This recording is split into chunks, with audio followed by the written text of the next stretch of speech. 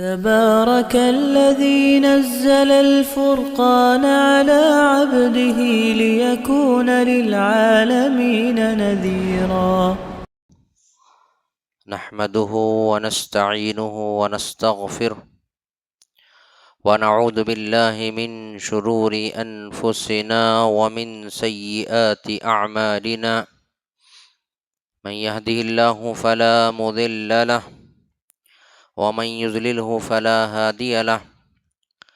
وأشهد أن لا إله إلا الله وحده لا شريك له، وأن محمدا عبده ورسوله. أما بعد فإن خير الحديث كتاب الله، وخير الهدي هدي محمد صلى الله عليه وسلم،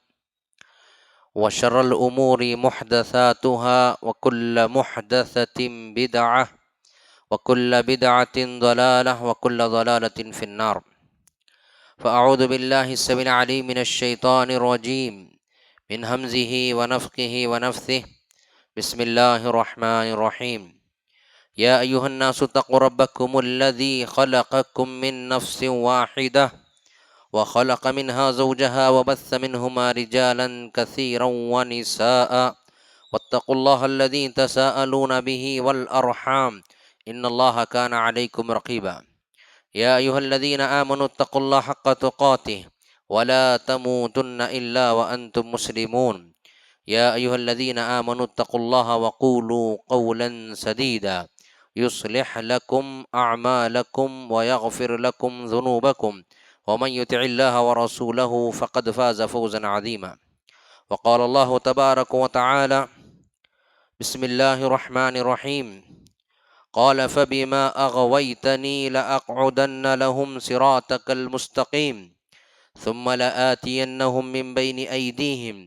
ومن خلفهم وعن أيمانهم وعن شمائلهم ولا تجد أكثرهم شاكرين. برادران اسلام، حاضرین جمعہ، بزرگان محترم، نوجوان دوستوں، امت کے ہونہار بچوں، پردہ نشین اسلامی ماں اور بہنوں، ساری بڑائیاں، ساری کبریائی، ساری حمد و ثنا اللہ وحدہ کے لیے لائق و زیبا ہے، سزاوار ہے، جو کائنات کے ذرے ذرے کا مالک ہے۔ بے شمار انگن درود و سلام ہو نبی آخر الزماں محمد عربی صلی اللہ علیہ وسلم کی ذات مقدسہ پر، کہ جس پیغمبر نے رب العالمین کا پیغام اپنے بندوں تک من وعن اسی طریقے سے پہنچایا جس طرح پہنچانے کا رب العالمین نے حکم دیا۔ اس پیغام کے آ جانے کے بعد، اس شریعت کے اپنے نبی حق ادا کر دینے کے بعد، اس شریعت میں نہ کسی قسم کی کمی کی گنجائش باقی ہے اور نہ زیادتی کی۔ حاضرین جمعہ، اس سے پہلے کہ خطبہ جمعہ کا آغاز ہو، میری مراد ان بھائیوں سے ہے جو پیچھے کی صفوں میں ہیں، وہ آگے آ کر بیٹھ جائیں، اگلی صفیں پر کر لیں، اور جو ٹیک لگائے ہیں وہ اپنے کمروں کو سیدھی کر لیں۔ حاضرین جمعہ، جیسا کہ خطبہ حاجہ کے بعد سورہ اعراف کی آیت کریمہ تلاوت کی گئی، جس میں اللہ رب العالمین نے فرمایا، میں ان کے لیے شیطان کا تعارف کراتے ہوئے فرمایا، شیطان نے اللہ رب العالمین سے وعدہ کیا اور کہا کہ میں ان کے سیدھی راہ پر بیٹھوں گا، یعنی لَأَقْعُدَنَّ لَهُمْ صِرَاطَكَ الْمُسْتَقِيمَ، جس صراط مستقیم پر تیرے بندے ہوں گے میں اس راہ پر بیٹھوں گا، اس راستے پر میں ان کا استقبال کرنے کے لیے بیٹھوں گا، اور کیا کروں گا؟ پھر ان پر حملہ کروں گا، ان کے آگے کی جانب سے، ان کے بائیں جانب سے اور پھر ان کے پیچھے سے اور ان کے دائیں جانب سے اور ان کے اوپر سے، اور آپ ان میں سے اکثر کو ناشکرا پاؤ گے۔ اکثر کو آپ ناشکرا پاؤ گے، یعنی اکثر جو تیرے بندے صراط مستقیم پر رہیں گے ان میں سے اکثر کو میں گمراہ کر دوں گا، ہر طریقے سے گمراہ کر دوں گا، گمراہی کی راہ پر ان کو لے جاؤں گا، یہاں تک کہ تیرے ماننے والے، تیرا شکر ادا کرنے والے کم ہو جائیں گے۔ اسی لیے اللہ رب العالمین نے جگہ جگہ قرآن مجید میں جہاں جہاں اللہ رب العالمین نے جہنم کا تذکرہ کیا، جنت کا تذکرہ کیا، ہولناکیوں کا تذکرہ کیا، عذابات کا تذکرہ کیا، اس کے بعد اللہ رب العالمین نے فرمایا قلیلا ما تذکرون، بہت ہی تھوڑے لوگ ہیں جو نصیحت حاصل کرتے ہیں، قلیلا ما تشکرون، بہت ہی تھوڑے لوگ ہیں جو اللہ رب العالمین کا شکر ادا کرتے ہیں۔ حاضرین جمعہ، اس عنوان کا انتخاب سب سے پہلے اس کا مخاطب میں خود ہوں، پھر ہم تمام اس کے مخاطب ہیں۔ باری تعالیٰ سے دعا کرتے ہیں کہ باری تعالیٰ کہنے والے کو کہنے سے زیادہ، سننے والوں کو سننے سے زیادہ عمل پیرا ہونے کی توفیق عطا فرمائے۔ راہ حق اور راہ نجات پر شیطان کا پہرا۔ شیطان کی برائیوں میں سے یہ بھی ہے کہ راہ حق اور راہ نجات جو جنت تک پہنچانے والے ہیں ان میں گھات لگا کر بیٹھ جاتا ہے۔ شیطان ٹھیک اسی طرح بیٹھتا ہے جس طرح شاہراہ پر رہزن بیٹھتے ہیں، لٹیرے بیٹھتے ہیں۔ لٹیرے آنے جانے والے آدمیوں کا، عورتوں کا مال لوٹنے کے لیے اس طرح سنسان جگہ کا انتخاب کرتے ہیں اور وہاں پر تیار رہتے ہیں کہ اگر یہاں سے کوئی گزرے گا تو ہم اس کو لوٹ لیں گے، رہزن کر لیں گے، اس کا مال چھین لیں گے۔ بالکل اسی طریقے سے شیطان بھی گھات لگا کر صراط مستقیم پر بیٹھا ہوا ہے اور وہ یہ چاہتا ہے کہ انسان کو گمراہی کی راہ دکھا دے، کسی نہ کسی فتنے میں مبتلا کر دے، کسی نہ کسی آزمائش میں اس کو دوچار کر دے تاکہ وہ اللہ سے دور ہو جائے، اللہ کی بنائی ہوئی جنت سے دور ہو جائے۔ اللہ رب العالمین نے فرمایا، اللہ رب العالمین سے شیطان نے کہا کہ میں ان کے لیے آپ کی سیدھی راہ پر بیٹھوں گا، صراط مستقیم پر بیٹھوں گا، پھر ان پر حملہ کروں گا، ان کے آگے سے، ان کے پیچھے سے، ان کے داہنی جانب سے، ان کے بائیں جانب سے، اور آپ ان میں سے اکثر کو ناشکرا پاؤ گے۔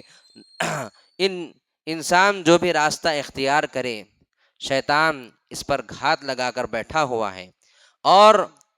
انسان جب فرما برداری کے لیے نکلے گا تو اس کو باز رکھنے کی کوشش کرے گا، اس کو دور رکھنے کی کوشش کرے گا اور منع کرے گا اور دشواریاں اس کے سامنے پیدا کرے گا،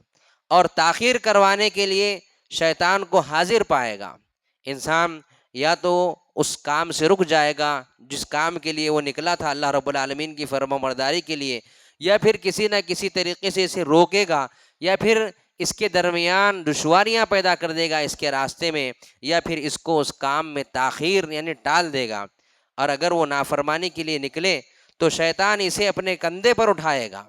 اگر وہ اللہ رب العالمین کی نافرمانی کرنے کے لیے انسان نکلے گا تو شیطان اس کو اپنے کندھوں پر اٹھائے گا، اٹھاتا پھرے گا اور اس کی خدمت گزاری کرے گا اور اس کام میں اس کی مدد کرے گا۔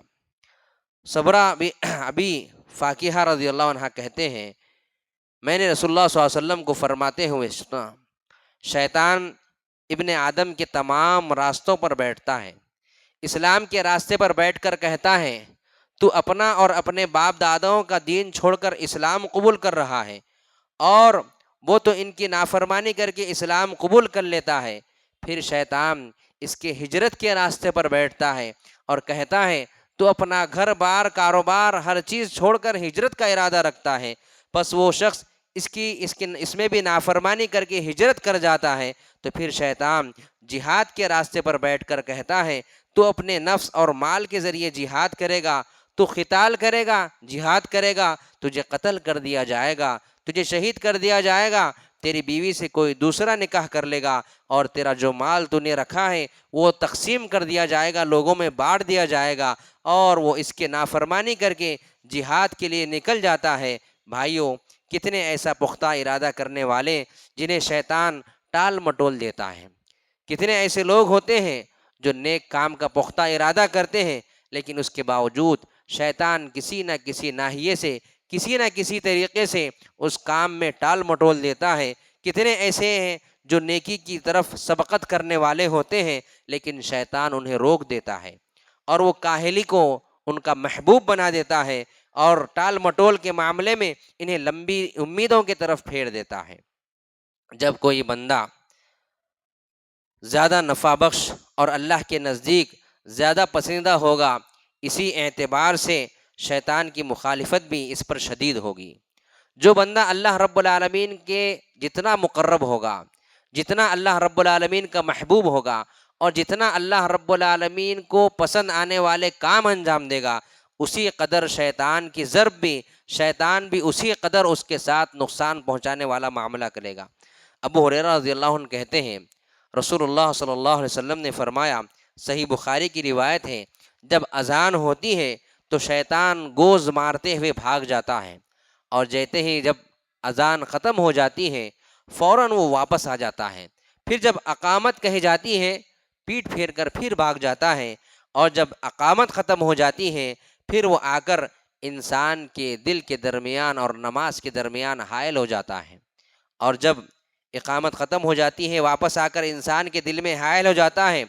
اور وسوسہ ڈالتا ہے، اور انسان کو وہ کام یاد دلاتا ہے، وہ چیزیں یاد دلاتا ہے، وہ پلاننگ کراتا ہے جو انسان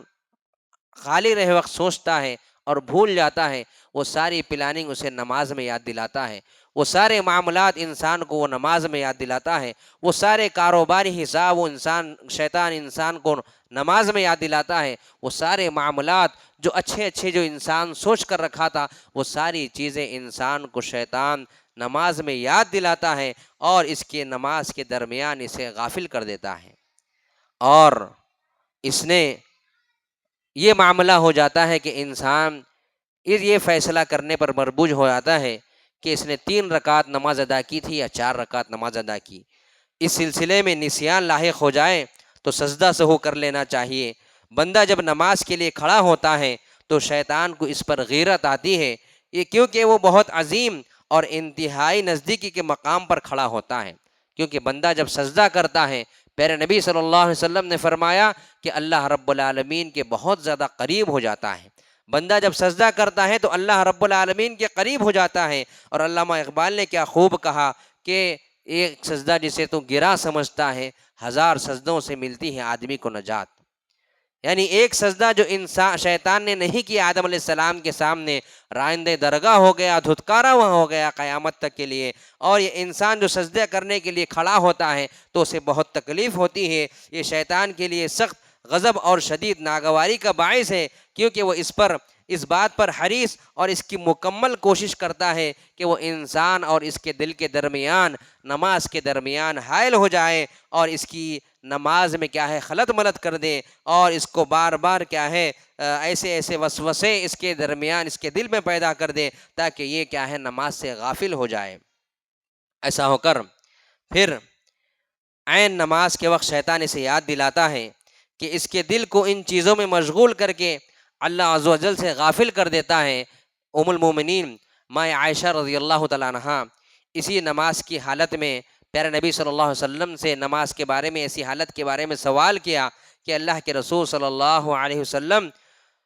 کہ حالت نماز میں جب شیطان انسان کو گمراہ کر دیتا ہے تو اللہ کے رسول صلی اللہ علیہ وسلم نے فرمایا، ہوا اختلاس یختص الشیطان من صلاته العبد، یہ شیطان کا جھپٹا مارنا ہے جسے وہ بندے کی نماز سے اڑا لیتا ہے، نماز سے انسان کا خشوع خضوع برباد کر دیتا ہے۔ نماز کے اندر جو انسان کی یکسانیت والی کیفیت ہوتی ہے اس کیفیت کو شیطان بدل دیتا ہے۔ خیر کے چیزوں کا بھلا دینا، شیطان کی برائیوں میں سے ایک برائی یہ بھی ہے، جب چیزوں میں بندے کے لیے خیر ہوتا ہے تو اس کے بھلانے پر وہ حریص ہوتا ہے، جیسا کہ اللہ تبارک و تعالیٰ نے فرمایا، اذ استحوذ علیہم الشیطان فانساہم ذکر اللہ اولئک حزب الشیطان الا ان حزب الشیطان هم الخاسرون، ان پر شیطان نے غلبہ پا لیا پس اس نے انہیں اللہ کا ذکر بھلا دیا، یہی شیطان کا گروہ ہے خبردار بے شک شیطان کا گروہ ہی نقصان اٹھانے والا ہے۔ ہمارے لیے پیارے نبی صلی اللہ علیہ وسلم نے اعمال اذکار میں جن پابندیوں کا تذکرہ فرمایا، ان کی بابت فرمایا کہیں شیطان آپ کو بھلا نہ دے۔ عبداللہ بن عمر بن عاص رضی اللہ عنہ کہتے ہیں کہ پیارے نبی صلی اللہ علیہ وسلم نے ارشاد فرمایا،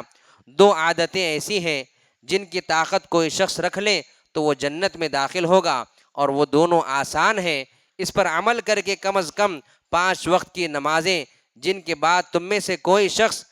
تسبیحات کا اہتمام کرتا ہے، سبحان اللہ الحمدللہ اکبر کہے تو اس سے 150 میزان کے اعتبار سے، اور اسی طرح میں نے رسول اللہ صلی اللہ علیہ وسلم کو اپنے ہاتھ سے گرہ لگاتے ہوئے دیکھا۔ لوگوں نے پوچھا اے اللہ کے رسول صلی اللہ علیہ وسلم کس طرح یہ دونوں آسان عمل ہے؟ اس پر آپ صلی اللہ علیہ وسلم نے فرمایا، تم میں سے کسی کے سونے کی جگہ شیطان آتا ہے اور اسے ان کے اذکار کی پڑھنے کی وجہ سے سلا دیتا ہے، اور اس کی نماز میں حاضر ہو کر اس کی ضروریات کی یاد دہانی کراتا ہے قبل اس کے کہ وہ ان اذکار کا ورد کر لے۔ یعنی انسان کو اللہ کے رسول صلی اللہ علیہ وسلم یہ تعلیم دینا چاہ رہے ہیں کہ انسان جب اپنے بستر پر آتا ہے تو جو بستر کے اذکار ہیں، یعنی سونے سے پہلے کے جو ذکر اذکار ہیں، اس کا انسان اہتمام کرے۔ اس کا فائدہ یہ ہوگا کہ اس کے لیے قیام تہجد کے لیے اٹھنا آسان ہوگا، نماز فجر کے لیے اٹھنا آسان ہوگا۔ اگر وہ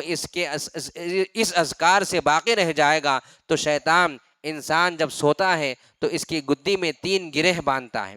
3 گھیٹیاں باندھتا ہے، اور پہلی گھیٹی جب اٹھتی ہے، جب انسان نیند سے بیدار ہو کر دعا پڑھتا ہے، اللہ کا ذکر کرتا ہے تو پہلی گرہ کھل جاتی ہے، جب وضو کرتا ہے تو دوسری گرہ کھل جاتی ہے، اور جب نماز پڑھتا ہے تو ان تینوں گرہ انسان کی کھل جاتی ہے، اور دن بھر انسان چاق و چوبند رہتا ہے۔ اس کے برعکس وہ انسان جو نہ رات کے وقت اذکار کر کے سوتا ہے تو پھر شیطان کی تینوں گرہ اس کی گدی میں پڑی ہوتی ہیں، اور اس کا دن بھی سستی اور کاہلی کے ساتھ گزرتا ہے۔ اور دوسری یاد دہانی اللہ کے رسول صلی اللہ علیہ وسلم نے فرمایا، جب انسان ذکر اذکار کا اہتمام کرتا ہے تو شیطان پھر اس کے قریب نہیں آتا، اور اسے اس کی نماز میں ان اذکار کی وجہ سے اس کی نماز میں خلل پیدا نہیں کرتا۔ اسی طرح چوتھی چیز یہ ہے کہ انسان کو شیطان کیا ہے، کنجوسی میں مبتلا کر دیتا ہے۔ شیطان کی برائیوں میں سے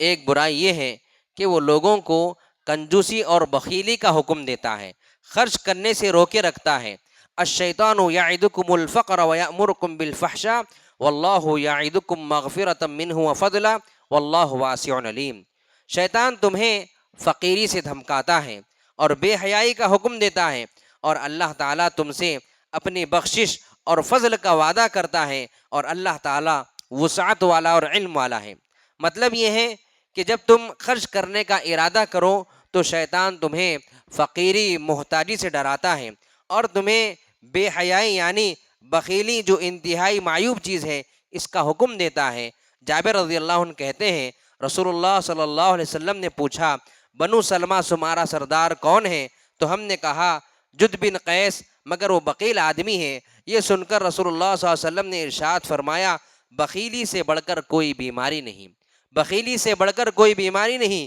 بخیل کے بارے میں آتا ہے کہ بخیل کا مال نہ بخیل خود کھاتا ہے، نہ اپنے بیوی بچوں کو اس سے فائدہ اٹھانے دیتا ہے، بخیل کا مال پھر دیمک کھا جاتی ہے۔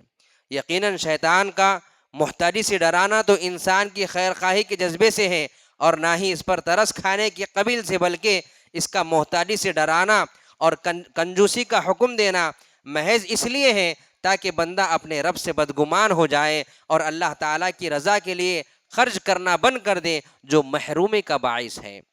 لیکن اللہ تعالیٰ خرچ کرنے کے نتیجے میں اپنے بندوں کے گناہ معاف فرما دیتا ہے اور اپنے فضل کا وعدہ کرتا ہے۔ اللہ تعالیٰ ایسے بندوں کو اس کے خرچ کرنے سے زیادہ بلکہ کئی گنا زیادہ عطا فرمائے گا، خواہ دنیا اور آخرت دونوں جہاں میں اللہ رب العالمین عطا فرمائے گا۔ تو یہ اللہ تعالیٰ کا وعدہ ہے، اور شیطان کا سخی اور کنجوس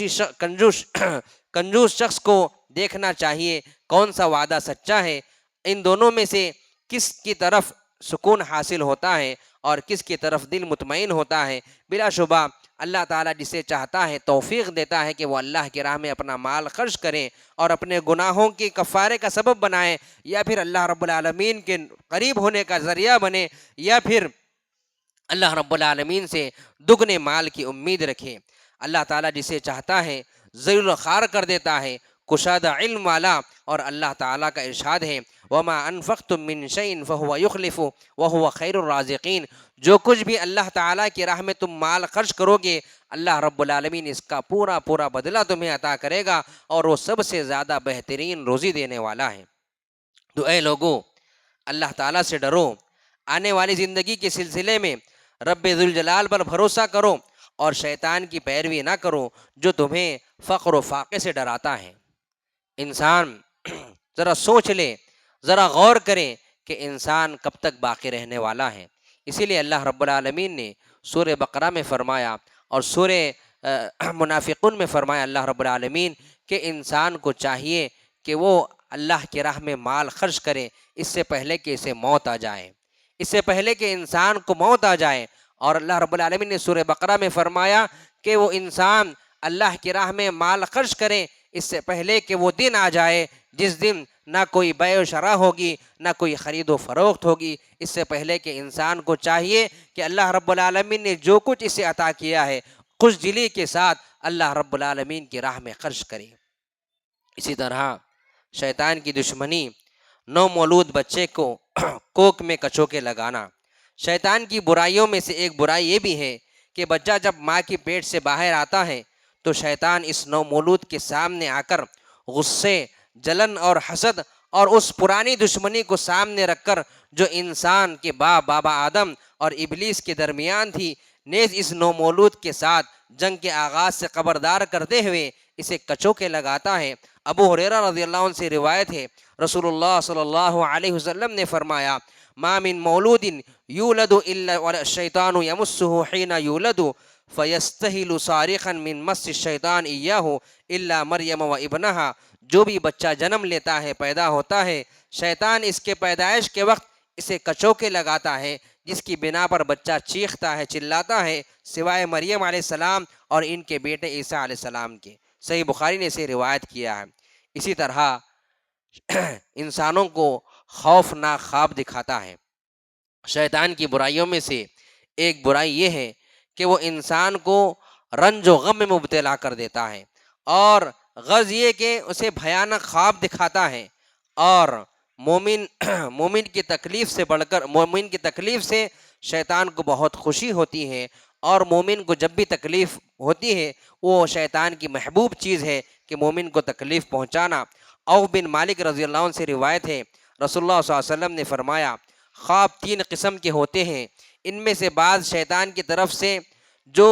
دل دہلانے والے اور تاکہ انسان کو ان خوابوں کے ذریعے سے غم میں مبتلا کر دیں، حزن میں مبتلا کر دیں، اور بعض وہ ہیں جن کے بارے میں آدمی بیدار میں جو سوچتا ہے وہی خواب میں دیکھتا ہے، یعنی انسان کے ساتھ وہ معاملات دن میں عمل ہوتے ہیں وہی انسان کو دوبارہ اس کے ذہن میں ریپیٹ ہوتے ہیں۔ اور تیسرے قسم کے وہ ہیں جو نبوت کے 46ویں حصے میں سے ہیں، وہ جو خواب جو سچے ہوتے ہیں۔ جابر رضی اللہ عنہ کہتے ہیں ایک شخص نے نبی کریم صلی اللہ علیہ وسلم کے پاس آ کر عرض کیا اے اللہ کے رسول صلی اللہ علیہ وسلم، میں نے خواب دیکھا کہ میرا سر کٹا ہوا ہے۔ تو آپ صلی اللہ علیہ وسلم یہ سن کر ہنس پڑے اور ارشاد فرمایا اذا لعب الشیطان باحدکم فی منامہ فلا یحدث به الناس، جب تم میں سے کسی کے ساتھ خواب کی حالت میں شیطان کھلواڑ کرے تو اسے چاہیے کہ وہ خواب کسی کو نہ سنائے۔ ایسے ڈراؤنے خواب شیطان انسان کو دکھاتا ہے تاکہ انسان کیا ہے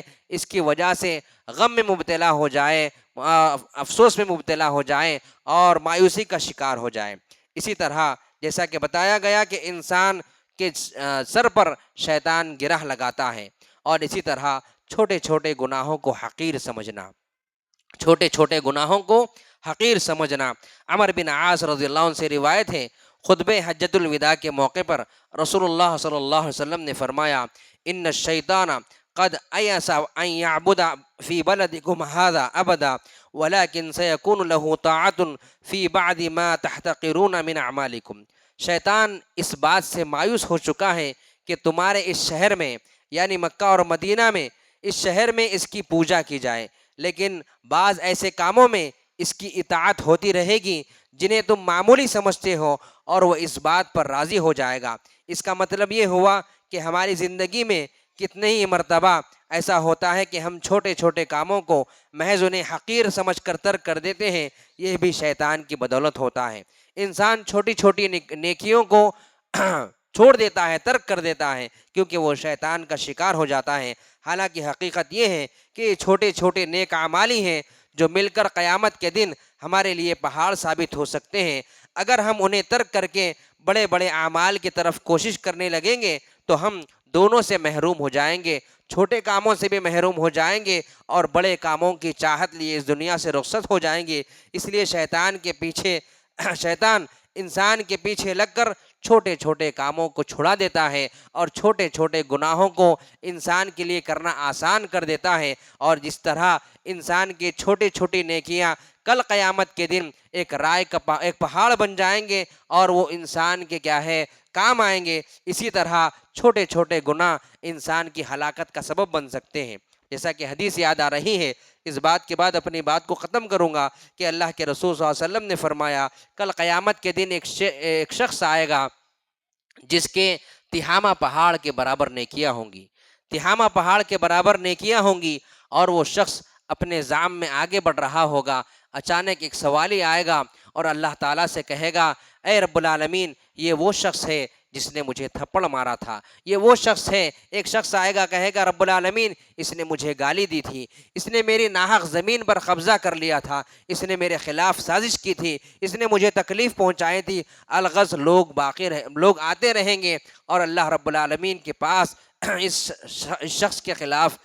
شکایت کرتے رہیں گے۔ اب اس شخص کے پاس دینے کے لیے کچھ نہیں ہوگا۔ اللہ رب العالمین کے پاس عدل و انصاف کے ساتھ فیصلہ ہوتا ہے۔ اللہ رب العالمین فیصلہ کرے گا کہ اس نے جتنی تکلیف پہنچائی تھی اس کے عوض اس کے نیکیاں اس کے نام اعمال میں ڈال دی جائیں، لہذا اس کے نام اعمال سے ساری نیکیاں ختم ہو جائیں گی، لوگ باقی رہ جائیں گے، اور پھر اللہ رب العالمین حکم دے گا کہ ان کے گناہوں کو اٹھا کر اس کے نام اعمال میں ڈال دیا جائے۔ میرے بھائیوں، بتانا مقصد یہ ہے کہ انسان چاہے چھوٹا گناہ کرے یا بڑا گناہ کرے، انسان کو حضرت علی رضی اللہ عنہ فرماتے ہیں کہ انسان کو چاہیے کہ نیک اعمال کے ساتھ ساتھ ان کی حفاظت کی فکر کرے، ان کی حفاظت کی فکر کرے۔ جب انسان نیک اعمال کرتا ہے اس کے ساتھ پھر برا اعمال کرتا ہے تو پھر یہ برا اعمال اس نیک اعمال کو مٹانے کا ذریعہ بنے گا، سبب بنے گا۔ لہذا میرے بھائیوں، میرے اور آپ کے لیے یہی پیغام ہے کہ ہم جو بھی نیک کام کریں تو پھر اس کو بچانے کی فکر کریں، یعنی کوئی ایسے برے کام نہ کریں، کوئی ایسے گناہ کے کام نہ کریں جس کے ذریعے سے ہمیں کل قیامت کے دن رسوائی اٹھانی پڑے، اور پھر شیطان تو ہمارے پیچھے ہماری پیدائش سے لگا ہوا ہے۔ اللہ رب العالمین سے دعا ہے باری تعالیٰ ہمیں شیطان کے ہر فتنے سے محفوظ فرمائے، رب العالمین ہمیں صراط مستقیم پر قائم و دائم فرمائے، ہماری رہنمائی فرمائے، جب تک ہمیں دنیا میں رکھے ایمان پر رکھے، جب ہمارا خاتمہ ہو ایمان پر ہو، زبان پر کلمہ طیب لا الہ الا اللہ محمد رسول اللہ ہو۔ اقول قولی ھذا استغفر اللہ لی ولکم ولسائر المسلمین والمسلمات الاحیاء منہم والاموات۔